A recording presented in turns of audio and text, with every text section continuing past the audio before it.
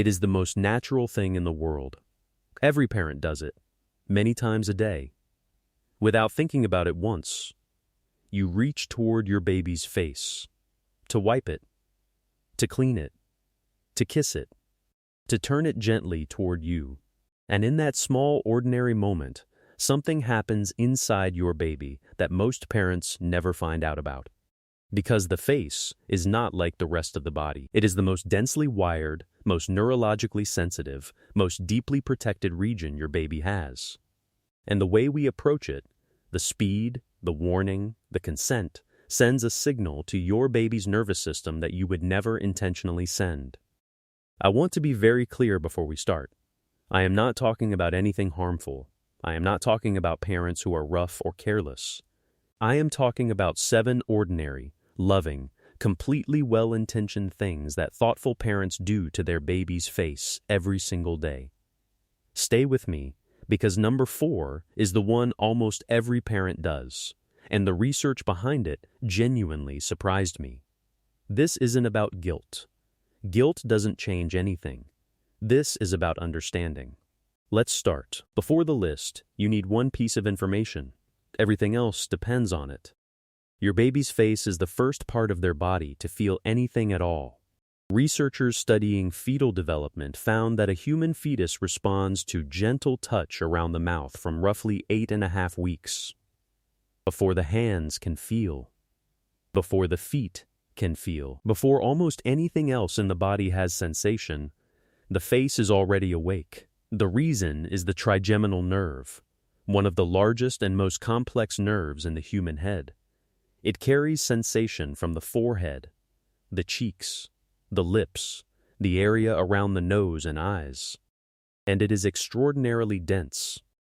In the map of the body that exists inside the brain, the face and the hands take up a hugely disproportionate amount of space, far more than the arms, far more than the back, far more than the legs, which means that when you touch your baby's cheek, you are not touching a small patch of skin. You are touching one of the loudest, most amplified sensory regions they have. Everything in this video follows from that. Number 1, wiping without warning. It happens dozens of times a day. Food on the chin, milk on the cheek, a wet nose, and the cloth arrives before the baby knows it is coming. Here is what is actually happening on the receiving end. Modern infant neuroscience has shown that babies are prediction machines. Studies using EEG recordings have found that infants generate expectations about what is going to happen next.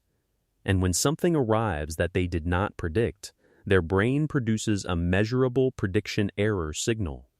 An unexpected touch to the most sensitive region of the body is exactly that kind of event.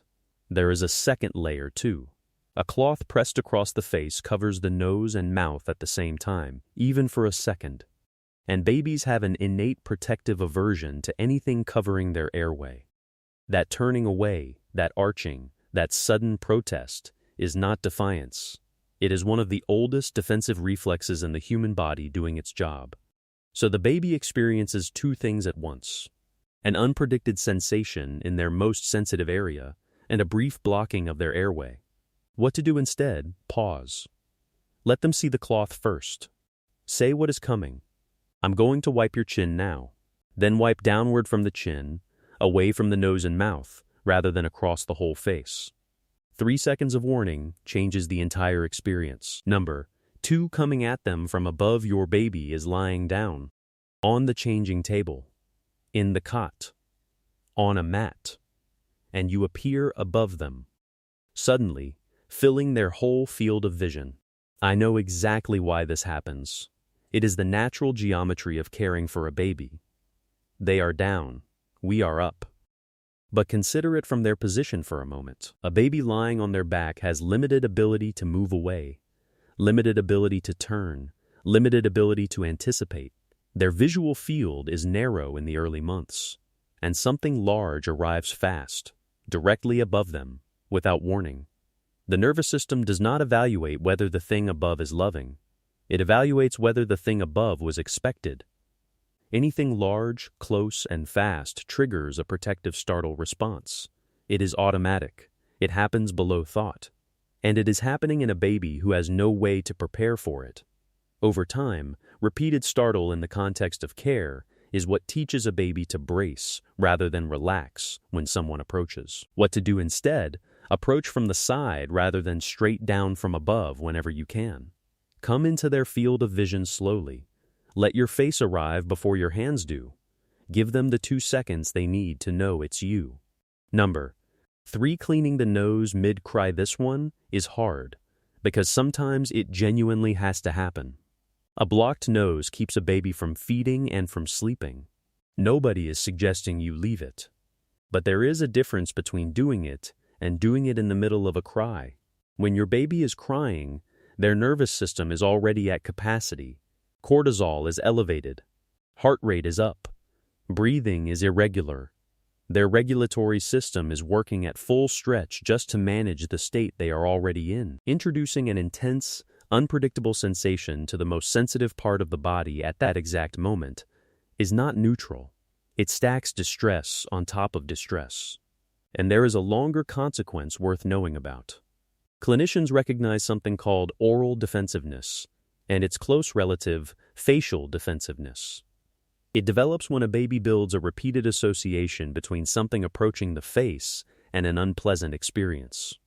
In NICUs, teams are specifically trained to prevent this, because once the association forms, it is difficult to undo. What to do instead: whenever it is not urgent, regulate first. Hold them. Let the crying settle. Then, once their body has come back down, do the thing that needs doing. Calm first. Task second. Number 4. Turning their face toward you. This is the one I mentioned at the beginning, and it is the one that surprised me most. Your baby looks away during an interaction, and gently, lovingly, you take their chin and turn it back. Look at me. Hey, look at mommy. I understand this completely. It comes from wanting connection. But here is what the research on infant interaction shows. When a baby looks away during a face-to-face interaction, they are not rejecting you. They are regulating themselves. Gaze aversion is one of the only tools a young baby has for managing sensory and emotional intensity. When the input becomes more than their nervous system can process, they break the gaze to bring themselves back to baseline. Dr. Beatrice Beebe at Columbia University has spent 4 decades doing frame-by-frame analysis of mother-infant face-to-face interaction. Her research shows that the look away is a regulation bid, and that the skilled response is not to redirect the gaze, but to soften, lower the intensity, and wait. When we physically turn a baby's face back, we override the one self-regulation tool they have. What to do instead: when your baby looks away, follow their lead. Get quieter. Lower your energy. Wait. They will come back. They always come back. And the connection that follows is measurably richer. Number 5. Kissing when they've already signaled no. This one is uncomfortable to talk about because it is pure affection. You want to kiss your baby's face. Of course you do. It is one of the great joys of having them. But sometimes the baby has already signaled that they are full. They turn their head away. They push with a tiny hand. They arch back. They go still and stop engaging. And we kiss anyway, because the signal is small and our love is large. Here is the quieter thing that happens. The baby made a communication. It was clear. It was the best communication they have. And the outcome did not change.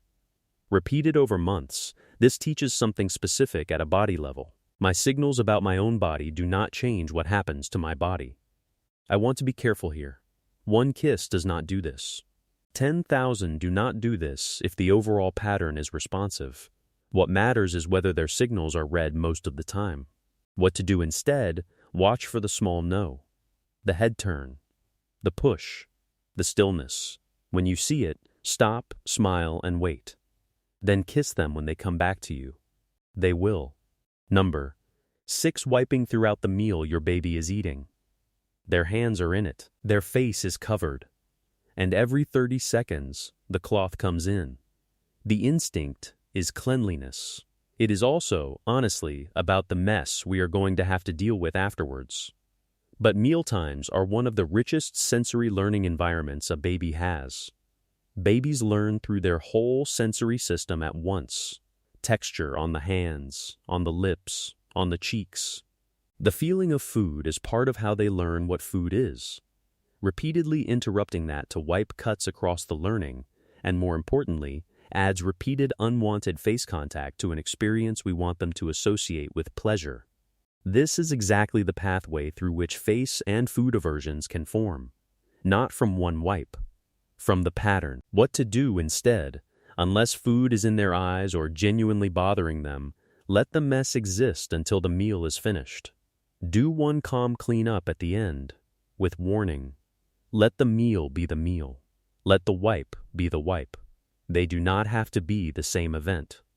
Number 7. The thing we don't do, this last one, is different from the others. It is not something you do. It is something that is usually missing. We almost never tell them first. In the 1940s, a Hungarian pediatrician named Emmy Pickler began working with infants in a way that was, at the time, radical. Her core practice was simple. Before doing anything to a baby, tell them what is about to happen, then pause, then do it. Not because the baby understands the words. They do not, at first, but they learn the rhythm.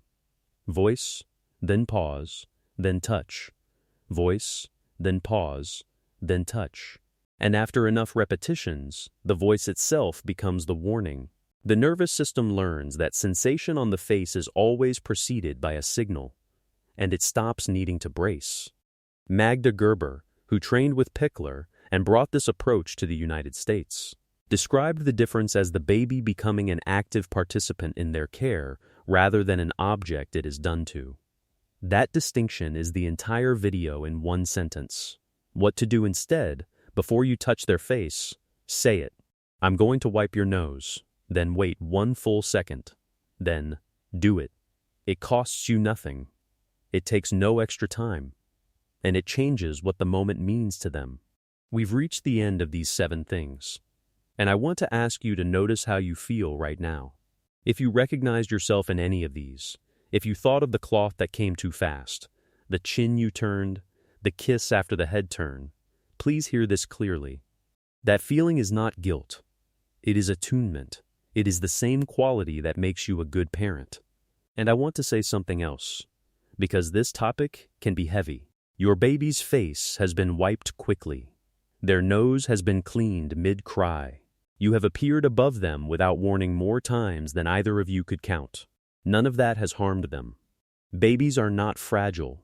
They are built for a world of imperfect care, because that is the only kind of care that has ever existed. What shapes a nervous system is never a single moment.